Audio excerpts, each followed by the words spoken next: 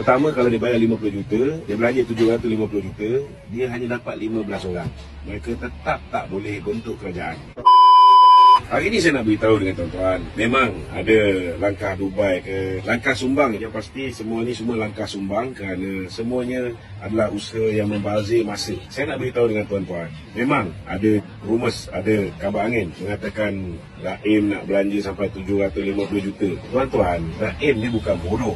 Ini saya nak beritahu. Dia dah berpengalaman dalam kerja-kerja merompak dan menyamun ni tuan-tuan. Jadi hasil sambutan ni dia bukan akan fungsi dengan semudahnya. Ini kita faham Saya nak minta rakyat Malaysia ni guna otak je. Kenapa dia nak belanja sampai 750 juta untuk beli ahli-ahli parlimen kita? Ni cerita lah kita nak agak boleh tak kira lah sampai 50 juta satu MP. Berapa dia nak belanja sampai 50 juta satu MP tuan-tuan? Kalau keputusan akhirnya akan mengecewakan diri dia. Kenapa saya katakan keputusan akhir akan mengecewakan diri dia? Pertama, kalau dia bayar 50 juta, dia belanja 750 juta, dia hanya dapat 15 orang.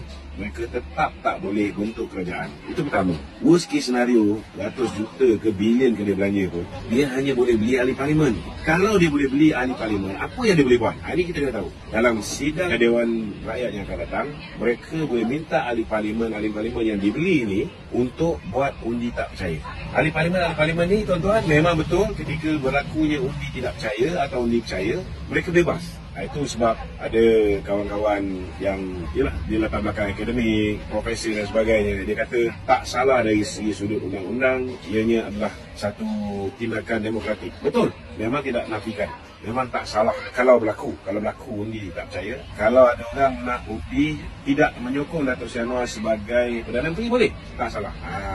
Cuma ya tuan-tuan, kenapa Raim nak belanja beratus juta ni semata-mata untuk jatuhkan Anwar, tapi tak boleh nak lantik orang yang dia percayai untuk diangkat menjadi Perdana Menteri? Saya nak beritahu ada dua sebab kenapa tak boleh.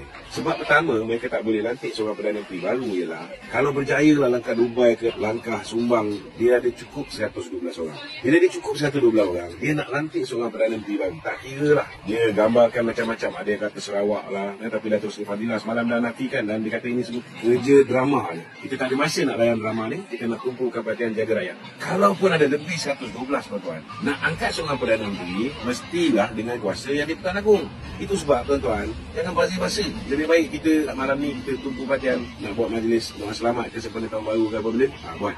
Cuma nak angkat Perdana Menteri mestilah dengan kuasa yang di-Pertuan Agong. Ketika berucap merasmikan sidang Dewan Rakyat, ke bawah duli tuanku yang di-Pertuan Agong, Sultan Abdullah sudah menyatakan di bawah pentadbiran beta ada 4 orang Perdana Menteri, Mahathir, Muhyiddin, Datuk Seri Ismail Sabri dan Datuk Seri Anwar. Dan tuanku kata beta berharap inilah Perdana Menteri yang terakhir di zaman pentadbiran beta. Maknanya dia mengharapkan supaya tidak ada lagi pertukaran. Tuan-tuan, ini tuanku announce dan dah diwawarkan seluruh dunia tuan-tuan, pendirian tuanku. Jadi tak mungkin benda ini berlaku.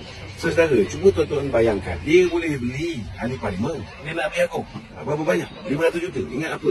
Boleh ubah pendirian, sanggup berhadapan dengan risiko dicemuh rakyat.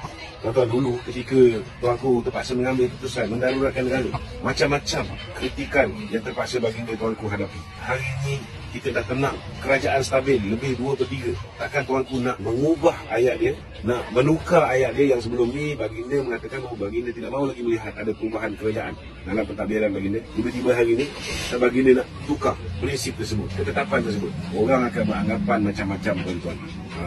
Lebih-lebih lagi melibatkan Tuan Naim dan duit dia ni. Ini cukup membahayakan. Bukan setakat boleh membahayakan kebawah duli tuanku, tetapi boleh menyebabkan rakyat yang dah serik 18 bulan di bawah zaman kegelapan Budi Yassin ini memandang hina kepada institusi dia saja. Dan saya nak beritahu kepada duli tuanku ni tuan-tuan, dia nak buat apa pun, baginda sentiasa merujuk kepada majlis raja-raja. Dan saya yakin majlis raja-raja hari ini sudah cukup selesa dengan kestabilan yang ada pada negara kita.